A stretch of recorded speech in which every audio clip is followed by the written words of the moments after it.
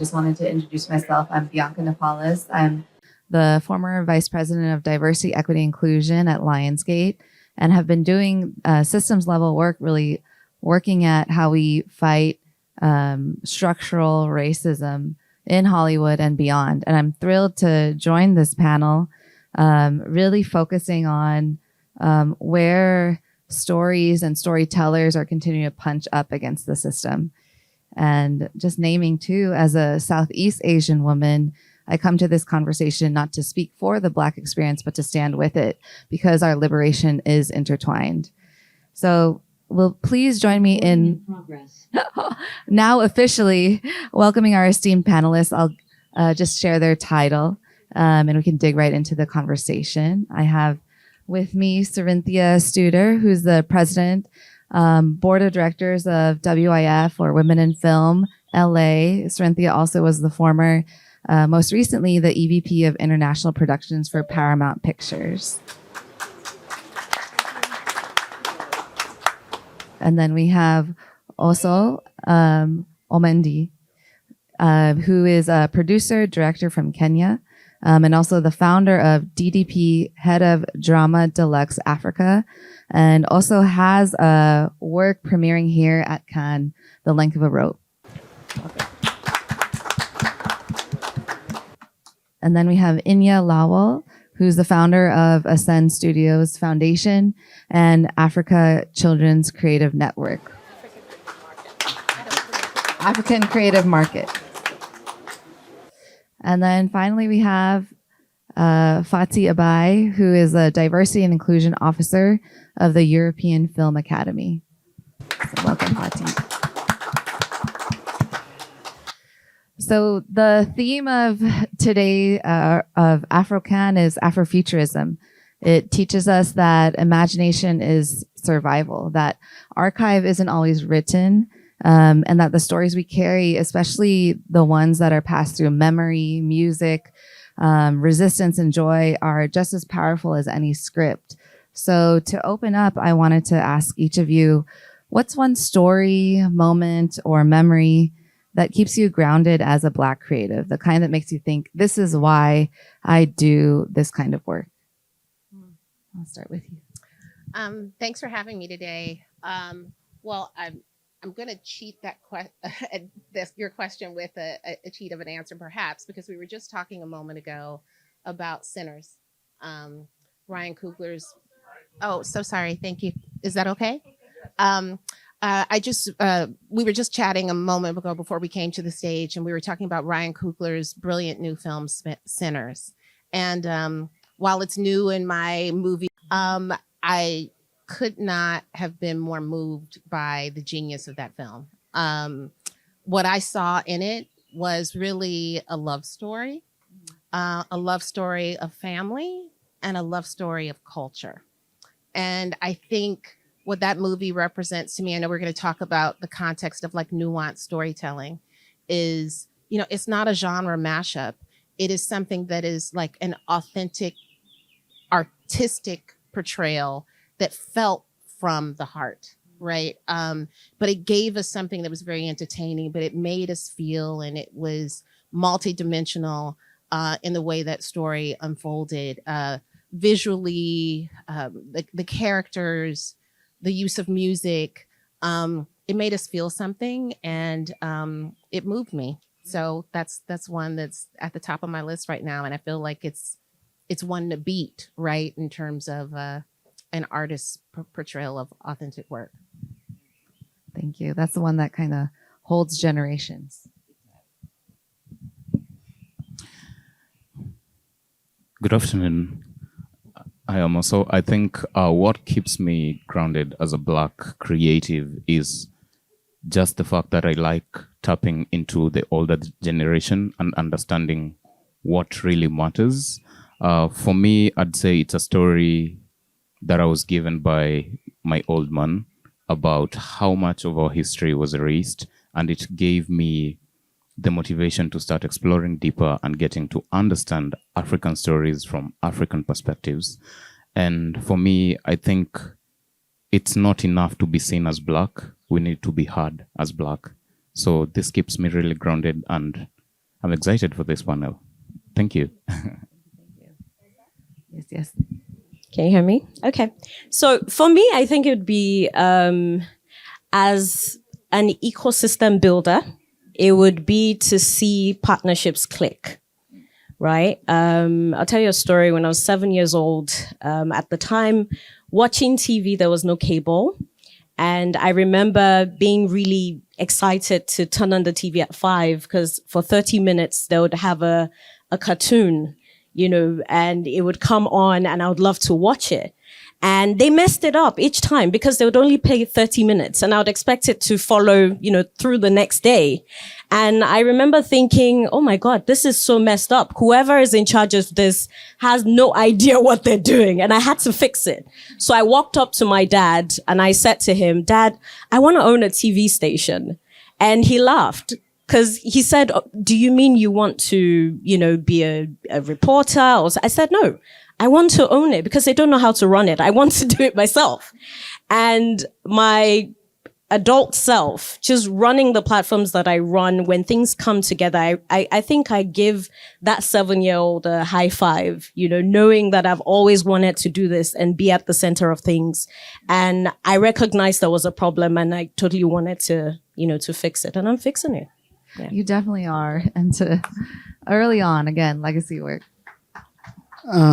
Yeah, thank you. I speak mostly from the European perspective. I have to say last year, the performance of Suleiman's Story, which also won actually the first black actor won actually the European Film Award for Best Actor. So it was really kind of for me interesting that really showed, the industry is ready because we have members who are voting for this, so they are ready for this kind of change. And then also film-wise, I think Alice Diop's Sant Omar, that was just for me mind-blowing in terms of also to learn the creative process behind it, who was involved, and when it comes also to representation on screen. But when I look also really last year, what really mind blowed me in terms of performance, that's a more American, and I know it's a more mainstream character or villain, was Denzel Washington's portrayal in Gladiator 2, because the way how he really portrayed this whole intersectional habitus of that character in a very, very funny way. There was something which I did not see for a long time. And it was really something which where I was wow. And also I think for an actor who is not very used to play these kind of roles. So that was, I think, also to really, really grip the audience in a certain way, and the way how you basically remember, because you basically go out of that film and you don't think about Paul Mescal or the other, you really think about Denzel Washington and the way how he basically portrayed that kind of,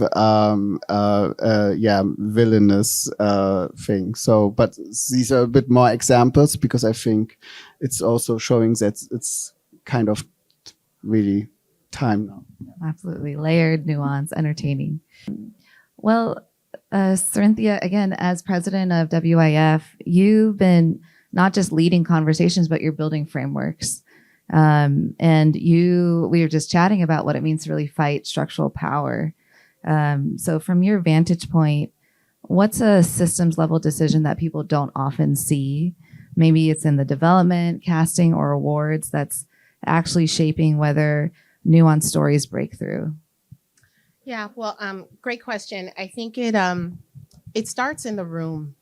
And when I say it starts in the room, there is a room where there is a creative, an artist, a filmmaker who is, hopefully in that room sharing their vision for their project, their passion points, their intent with vigor. And then there's people who are listening to that pitch or that package, being presented to them. If the people sitting around that table listening do not come from different points of view or different perspectives, their ears are not even fashioned to hear that artist's vision, likely, right? Now you'll say there's, a studio exec, think of a general sense of a studio exec. Of course, they love movies. They represent stories from all different, they can hear and stories from different vantage points. But there's something about being in that room, hearing something, and then being so excited about it that you feel that it's your mission and your responsibility to have that movie be seen. And I think that is where the industry does a disservice by not having a diverse profile of people in the rooms making those decisions. Because sometimes the passion comes from a lived experience, right? That particular person may not have, right? And so they can't even evangelize it to other decision makers if they don't come from a really deep understanding. And again, that's the artist's work to really represent that kind of creative vision. But the decision makers need to be able to take it in, and they need to be able to be very passionate with portraying it. And if they are not representative of particularly underrepresented stories, if you don't have some of those decision makers in the room, often the decisions don't get made in favor of that artist's vision. And it's unfortunate. That's the kind of, again, leadership that you just feel in your bones, but gets replicated in the biases that we see. Yes. It makes me think about, Inya, the work that you do. You've been building across sectors, across film, across tech, across trade, across continents, and you know what it takes to scale ideas, to keep fighting truth to power. Like with Africa Creative Market and WIFT Africa, Global Tech Africa, what's one unexpected insight that you've learned about how creative ecosystems grow or stall? It's for me, it would be how unstructured we are. We're so fragmented. Different people going towards the same goal and making efforts on their own, working in silos. And it's like smart math, right? But then in the process of, setting up a platform, I feel I don't believe that people trust other people enough to want to partner with them. There's lack of trust, and this borders from not necessarily understanding, each other or communicating what each partner wants out of a partnership. And then what you get is maybe one partner is being more visible than the other. And then it just causes a lot of issues. We're so fragmented. I always say it's like pieces of puzzle. It's like having a puzzle together and the pieces are scattered all over the place. Imagine having a platform where, let's say you're a filmmaker, everyone you need is on there. The partner giving the finance is right there. The ones doing the coaching is right there. The casting director is right there. Everyone you need is in the room. And you don't only have that platform, but that platform is also sustainable. That is the sort of platforms we need to start building. We need to start working with each other. It's amazing how people shout about collaborations, but then they're not collaborating. You hear them say all the time, but I believe that when we start to realize that we can't do it alone, we say this all the time, that we can't do it alone, but then we still don't partner. When we start to put word to practice, we'll realize how much we can get done in such little time. Yeah. Yes. So to really walk the talk of collaboration, and then to Syrinthia's point around once the folks are in the room, making sure they're reflective of the world around us. And that's where also you're building stories from Kenya that speak both to local truths and global audiences. And that's no easy task, right? So as African cinema gains more visibility, the challenge becomes, how do you grow without getting diluted or stereotyped? So in this moment of globalization of African cinema, what excites you about the movement and what worries you? Globalization of African cinema, for me, the things that excite me are Africans are getting a voice on the silver screen. People are starting to see authentic African stories from African perspectives. I think increased recognition means more opportunities in terms of even growing the industries themselves. The threats, or what really worries me, is we are still trying to build systems. She's just spoke about filmmakers operating in silos, and truth to that, recently we were discussing how filmmakers in Africa specifically don't know how to even market their films. What happens is a filmmaker goes, makes a production, and then 1 week to premiere, invites people. And then after premiere, that's it. But I was giving a perspective that I know films that will be dropping in the year 2027 in America. We're not doing that in Africa. So I think it's all about creating systems that are very sustainable to promote the industry. Yeah. Again, so helpful as we like really broaden where structurally there are opportunities. And Fatih, I think a lot about your work. You have such a clear eye on how African stories are packaged and presented. Again, speaking about the marketing, you just named Osoo, especially to European festivals.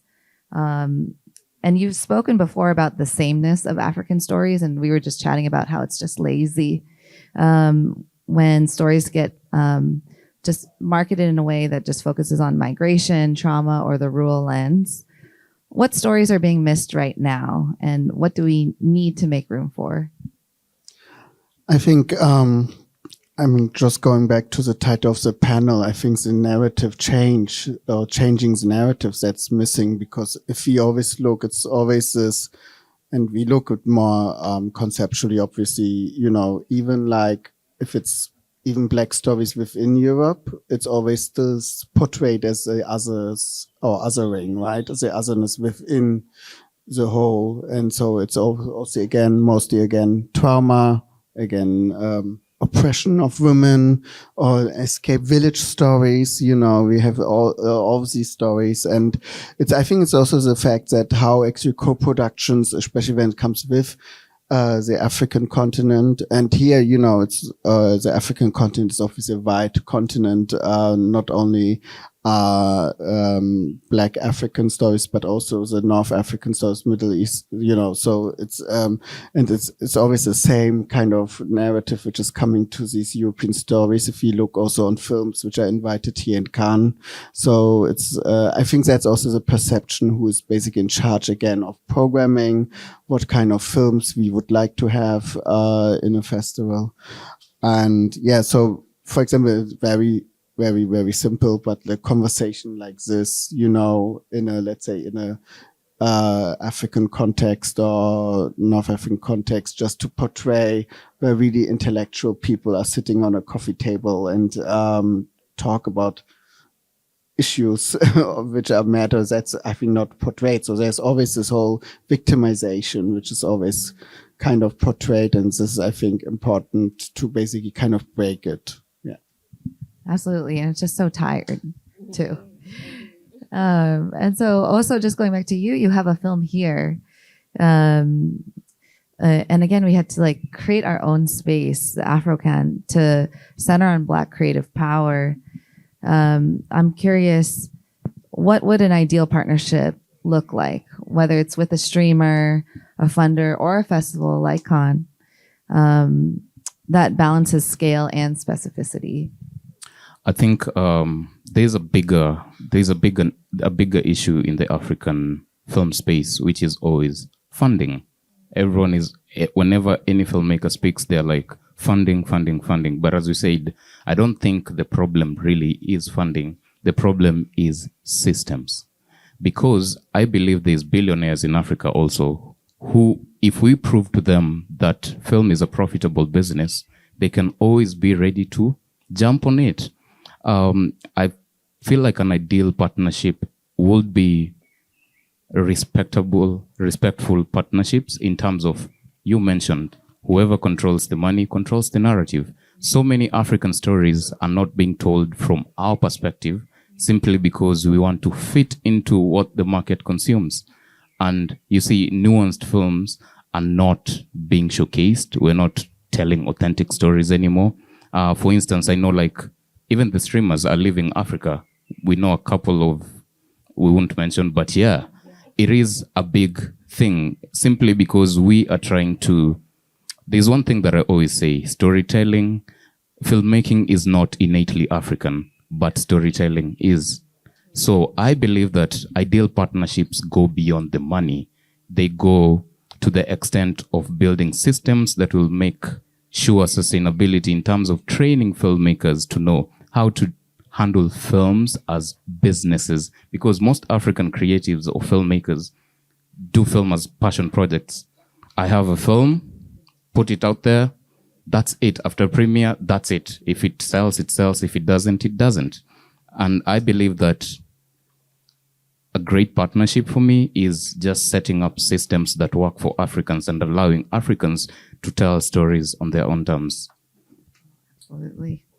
And thank you for naming it. It's the going beyond the money, really changing the market. And we forget that Hollywood was built as an industrial war machine. It built this appetite for the white male savior, and it can unbuild it too. And we need to center on who are the storytellers that are going to lead that future. And that's where Inya, like, again, you secured $1 million grant as part of a 3.5 million co-investment fund to train 3,500 creatives in Nigeria, which is incredible. Just a round of applause for that. And that's the kind of bold investment that shows when funders actually bet on infrastructure, not just content. So if you had 1 minute to speak to all the funders and distributors here at Cannes, what would your message be? What do they need to understand about what's at stake and really what's possible when it comes to supporting African storytellers? So 1 minute, right? There's a lot to say. But 1 minute. I would say that Africa isn't emerging, it's accelerating. And we need to recognize that. With or without anyone, we would continue to create and innovate. I believe it's important to highlight that there are a lot of opportunities, within Africa. And it's also important to come in open-minded and not coming with a mindset that something, a structure that works for another country, will work. Even within Africa, Africa is not that goes to say not a country like we say. Even within Africa, something would work for Southern Africa, but not, for West Africa. There are nuances. And I believe that those should be recognized as well when coming into the space. I would say let's put our money where our mouths are. And this is just really to everyone. Everyone here is a potential partner. Let's open our minds. And as long as we have a form of agreement before we go into business, it will go well. I know that a lot of trust has been broken. Some people have partnered with the wrong people. They've been burned and have decided not to come back. But then you're missing out. It's a huge market. And there's so many opportunities to take advantage of. So I would say, be a part of the system. Let's not just come here and have these talks and then come back the following year and have it again without, actioning the things we've discussed. So that's what I would say. Absolutely. It's not emerging, it's accelerating. And Fatih, that's where I think about, again, bring us to the paradigm of, with your background in post-colonial studies, your work also focuses on how narratives get filtered, and how those structures really contain the kind of biases that we don't often see. And if you could come back again next year at Cannes, what would your dream festival lineup be? One that breaks all the tired formulas we just named. What would be front and center? First of all, the dream lineup is actually determined by the programmer's curators, actually. So, if you would, again, changing here the narrative in that sense, more the question, what would your dream festival staff look like, right? So, and then if I look on any European film festival, I think it would be just have it more intersectional, have it more basically like I'm really looking about head programmers, you know, and we have certain film festivals now who are going really into this.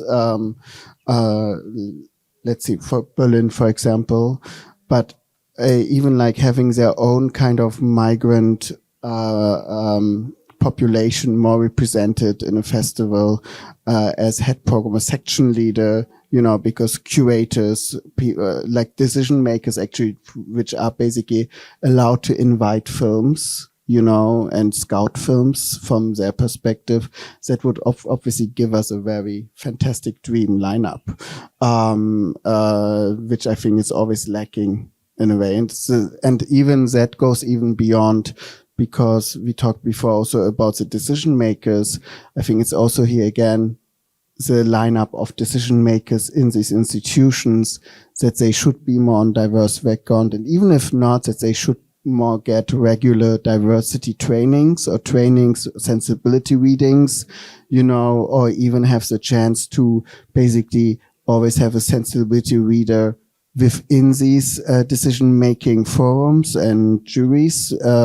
The juries are kind of getting more diverse when it comes to certain funds in Europe. I mean, they're very aware of it, because at the end, the decision making, especially in Europe, is just made from the script or from the treatment, what you basically get as 20 pages maybe, you know, and then, or maybe they read the script, but I doubt that. So, because there's no time to read a 120 pages script. So, meaning they always get these from pitching, treatment, and how it looks like, and that's obviously again, connecting with the trajectory of imagination.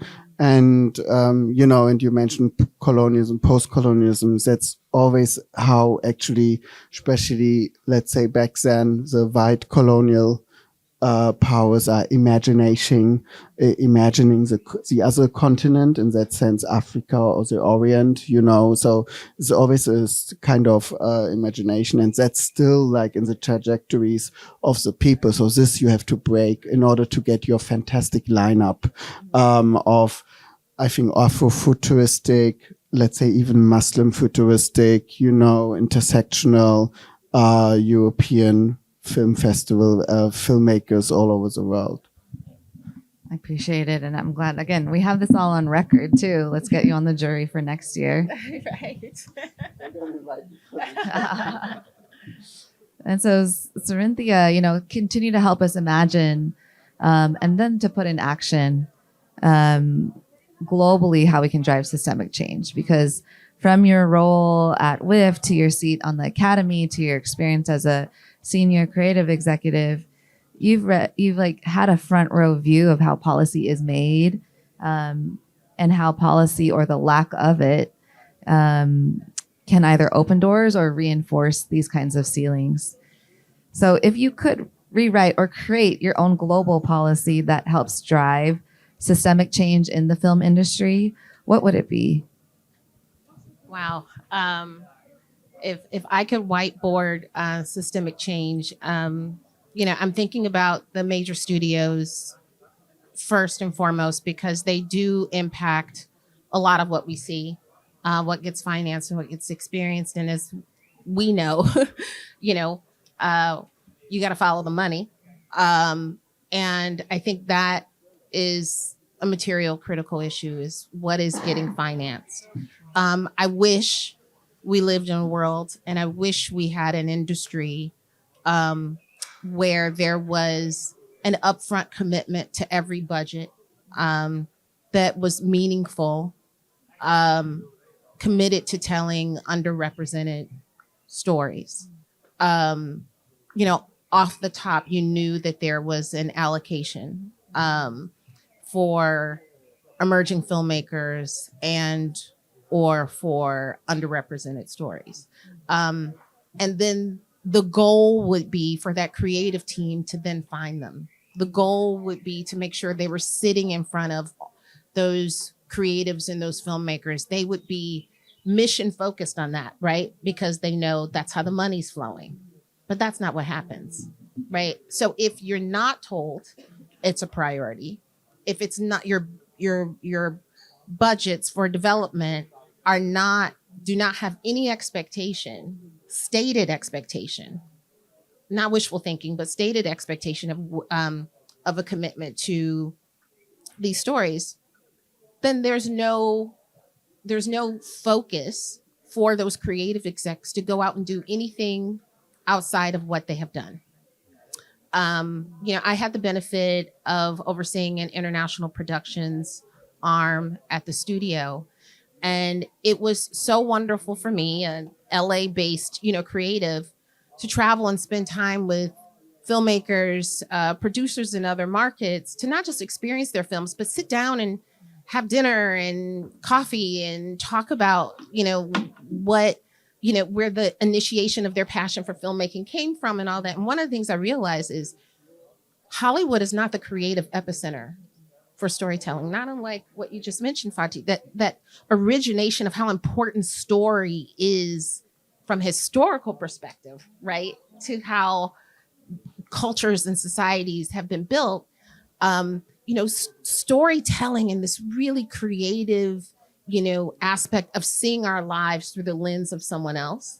That's the nature of movies. We've just made a commitment, sadly, as a global industry, of telling that story through a white male upper middle class or even elite lens.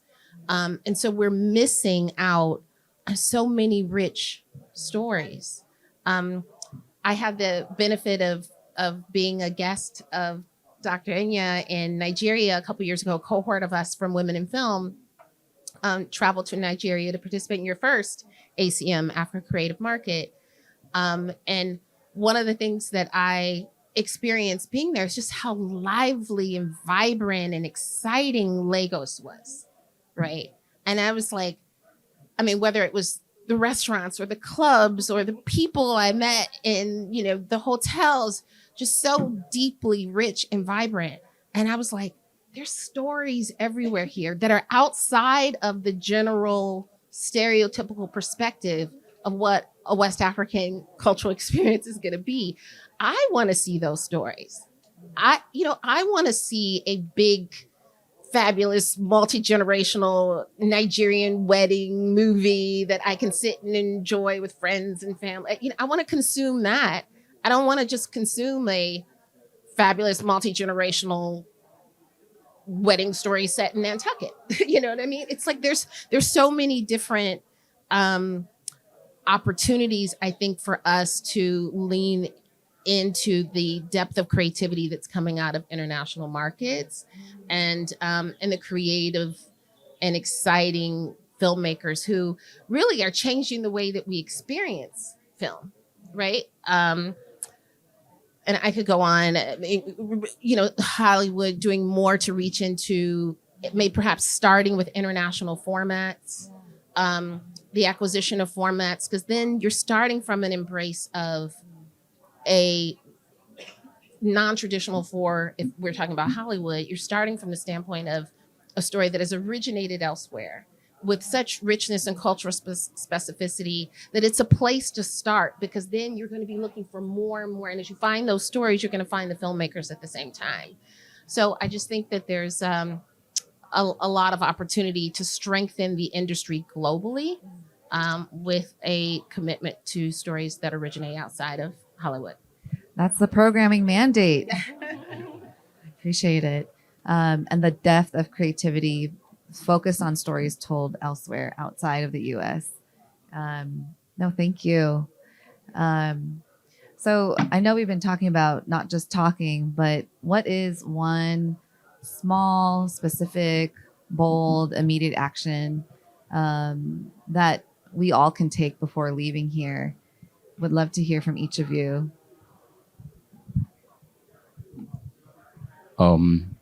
So for me, one thing that I'd say is, in Africa, one of the only things the only unexploited resource are our stories. If we think about it, about the gold and all that, gone. But the stories were passed from generation to generation verbally, and that's how it was kept. So I believe the best way to tell these stories is for the funders, the distributors, to allow Africans to tell the stories from their own perspective, but also offer mentorship and nurture in terms of don't just give us money. When you give money, have labs or something, because as I mentioned, storytelling is innately African, filmmaking is not. So it is a business that people need to be taught about, and understanding the business of film is the start of a system that will work for us. Thank you. I think for me, is to continue investing in training from what you've said, understanding the business of entertainment in general, not just film, music, and how everything comes together. I'm looking for partners with smaller tickets because I have a huge community of creatives who want to make their stories, and they have fantastic ideas and are not necessarily looking for big budgets to get it done. So I'm currently having conversations with people with smaller tickets looking to invest in their, whether it's tickets focused on women for funding or just generally for the creative sector. I would say to everyone else, I would say, talk to someone, partner with someone before you leave here. Whatever you're doing, there's someone who can complement, and make it easier because they're already doing that part of it that you haven't figured out yet. So look for partners, collaborate, really. Yeah. That's it. That's the legacy work. Fatih? Yeah, my point of view is more when it comes to the knowledge and knowledge production of